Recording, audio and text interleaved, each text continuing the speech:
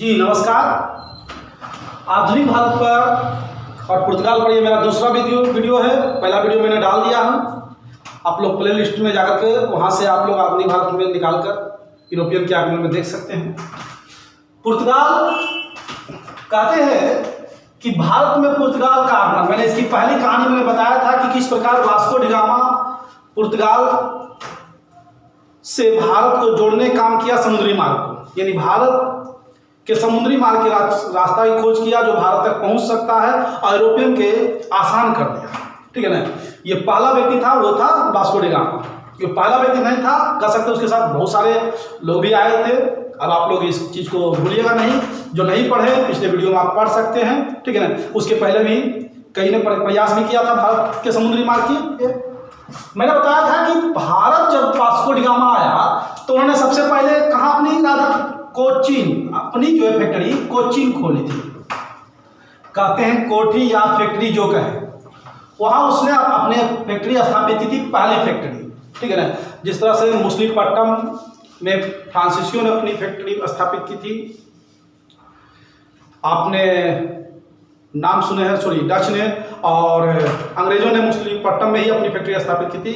एक चीज़ आपको मालूम होगा कि कुछ लोग का कहना है कि अंग्रेज जो है ना सूरत में अपनी फैक्ट्री स्थापित की, लेकिन सूरत में वो भले शुरुआत की थी 1608 में, लेकिन सफलता नहीं हुई थी। उसे सफलता 1613 में मिला था, जबकि 1611 में उन्होंने मछलीपट्टनम में पहली फैक्ट्री और स्थापित की थी। तो कोचीन में पुर्तगाल के द्वारा पहला फैक्ट्री खोला गया था। पुर्तगाल से पहला जो है गवर्नर आया था जिसका नाम था फ्रांसिस्को डी अल्मेडा। पहला गवर्नर था फ्रांसिस्को डी अल्मेडा। 1505 से 1509 तक ये शासन रहा और इसकी शासन बड़ा शांत शासन था। ठीक है ना। इन्होंने शांत जल की नीति भी अपनाया था, यानी समुद्रों में युद्ध नीति नहीं, समुद्रों में जो है ना अपनी विचार को उदार रख करके व्यापार करना है और अपने देश को उन्नत बनाना है। इनका उद्देश्य था कि अधिक से अधिक व्यापार करें समुद्र के मार्ग से, जिससे हमारा पुर्तगाल उन्नत के रूप में हो। और वास्तविक रूप भारत जो है एक ऐसा देश रहा जो कई यूरोपीय देशों को उन्नत बनाने का काम किया था। और सबसे पहले पुर्तगाल पूरे भारत में 100 वर्ष अकेला एक छत्र राज किया था। उसके बाद ही जो है ना हमारे कह सकते हैं डच या फिर जो ब्रिटेन या फ्रांस, डेनिश जो भी आया, पूरे 100 वर्ष भारत पर राज करने के बाद ये 100 वर्ष जबरदस्त यहाँ से व्यापार का कायम रखा था। और मसाला का व्यापार, इससे मसाला, सूती वस्त्र, यहाँ जो है ना सोरा यहाँ से ले जाता था, नील भी, और कई प्रकार के कह सकते हैं कपास यहाँ से वो यूरोप को जो है सप्लाई करते थे। तो कहते हैं कि वास्को डी गामा पहला तो व्यक्ति था, लेकिन पुर्तगाल का पहला गवर्नर जो भारत नियुक्त किया गया था फ्रांसिस्को डी अल्मेडा 1505 से 1509 ईस्वी तक रहा था। इन्होंने शांत जल की नीति अपनाया, लेकिन इसके साथ जो है समय काल में व्यापार अच्छी भी रही और पुर्तगाल की उन्नति हुई।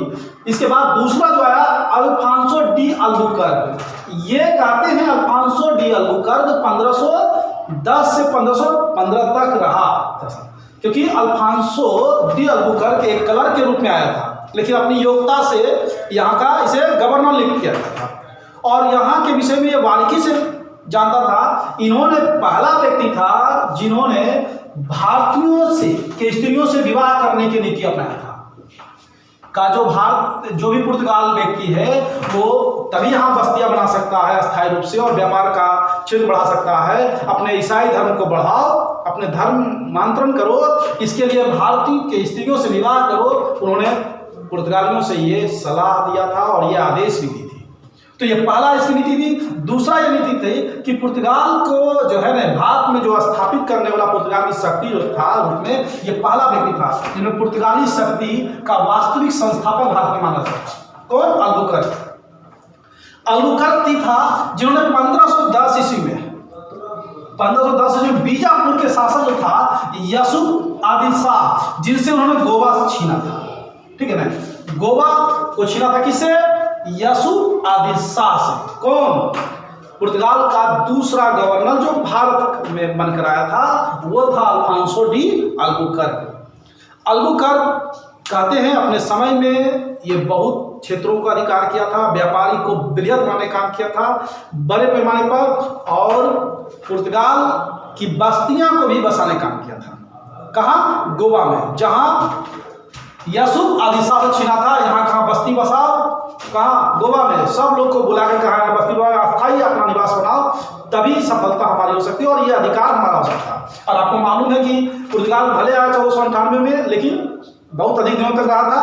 1498 में आई, याद रखिएगा, और 1961 ईस्वी तक ये इसका कायम रहा शासक गोवा में, ठीक है। भले छोटा क्षेत्र में ही रहा था, लेकिन 1961 तक अपनी बस्तियां को बनाए रखा गोवा में। दूसरी बात कहते हैं कि अल्फांसो डी अल्बुकर्क ने भारत में तंबाकू भी लाने का काम किया था। तंबाकू जिसे कहा था भारतीयों को दो, शराब तंबाकू देता था, और भारतीयों से जो है सिक्के, मुद्राएं, जो है ना चांदी सोने के सिक्के भी वहां से लेते थे। तो इनमें थोड़ा सा था, मतलब एक अलग भावना, एक कह सकते हैं कि ब्रिटिश के जो नीति था, उन्होंने अगर पहला व्यक्ति कोई था गवर्नर, तो इन्होंने भी अपनाया था पुर्तगाल के रूप में। तीसरा जो था नुनी डू कुन्हा, ये व्यक्ति जो था, इन्होंने गोवा को अपनी राजधानी बनाया। गोवा को राजधानी बनाया 1530 ईस्वी में, और कहा कि अब गोवा में जो कार्यालय होगी कोचिन से, पहले व्यापारी होनी थी, अब कोचिन से व्यापारी नहीं होगी, तो कोचिन रहेगा लेकिन कोठी के रूप में रहेगा। कोठी होगी, वहाँ गोदाम होगी, फैक्ट्रियाँ कुछ होगी जो वहाँ से बना जाएगा, लेकिन जितनी भी कार्यालय होगी सरकारी काम पुर्तगाल का, वो सारा गोवा में होगा, ये मेरी राजधानी होगी, और यहाँ का विस्तार, गोवा को विस्तार करो पुर्तगालियों के लिए। तो ये तीसरा गवर्नर था जो कि गोवा को और आसपास के द्वीप को विस्तार करने का काम किया था। उसके बाद जो आया था, यानी चौथा हम कह सकते हैं अल्फांसो डिसूजा, रखिएगा, अल्फांसो डिसूजा ये चौथा पुर्तगाली गवर्नर था, ठीक है ना। ये अल्फांसो डिसूजा जो था, जिन्होंने मद्रास, हुगली, बम्बई में फैक्ट्रियां अपना स्थापित की थी, ठीक है। मद्रास में भी वो स्थापित अपना क्षेत्र बढ़ा दिया था, बम्बई के क्षेत्र में, हुगली के क्षेत्र में, बंगाल के क्षेत्रों में इन्होंने। और दूसरे नंबर में हम कह सकते हैं ईसाई धर्म अगर सबसे ज़्यादा, अगर भारतीयों में जो छोटे वर्ग थे, जो निम्न वर्ग थे, जो महिला वर्ग थे, सबसे ज़्यादा अगर कोई अपनाने काम किया ईसाई धर्म भारत में, तो इन्हीं के समय में प्रचार प्रसार भी इसी समय में हुआ था। और उस समय भारत में अकबर का शासन चल रही थी, और अकबर को भी इन्होंने कई बार प्रयास भी किया अपने जो है ना पादरी को भेज करके कि वो भी जो है ना अपने धर्मांतरण करे, वो भी ईसाई धर्म को अपनावे। लेकिन अकबर जो है कई बार कोशिश करने के बाद लग रहा था कि अपना ले, लेकिन बीच में कई राजाओं जो है उस पर हावी हुई और उनके दरबार में, जिस कारण अकबर जो है उनसे वंचित रहा। अल्फांसो डिसूजा कहते हैं वास्तविक ऐसा व्यक्ति गवर्नर था जिन्होंने पुर्तगाल को भारत से, मतलब कह सकते हैं व्यापार का पूरे भारत के कोने कोने में फैलाने का काम किया था। अल्फांसो डिसूजा के बाद ही हमारे भारत पर दूसरे यूरोपियन यानी ब्रिटिश का पांव पसारना शुरू हो गया था। ब्रिटिश, डच इसी दरमियान में आना प्रारंभ हो गया, ठीक है ना। यानी 100 वर्षों तक एक छत्र राज करने वाला जो पुर्तगाल था, यह राज करने के साथ साथ यहाँ का नागरिकों का शोषण भी किया। इनके द्वारा कुछ देन भी हमारे भारतीयों के, जिसे आप कुछ समझ लीजिए इसके द्वारा देन क्या है, तो लाल मिर्च, जो लाल मिर्च हम लोग खाते हैं, इनके द्वारा ही देन है। उसके बाद आप कह सकते हैं आलू जो है इन्हीं के द्वारा दिया गया है। उसके बाद हम कह सकते हैं टमाटर भी जो है ना इन्हीं के द्वारा दी गई है। तंबाकू जो है हमारे, मतलब कह सकते हैं पुर्तगाल के द्वारा ही यहाँ जो है स्थापित की गई है तंबाकू। साथ ही प्रिंटिंग प्रेस 1556 ईस्वी में प्रिंटिंग प्रेस जो है लाने काम किया था, वो भी पुर्तगाल ही किया था, ठीक है ना।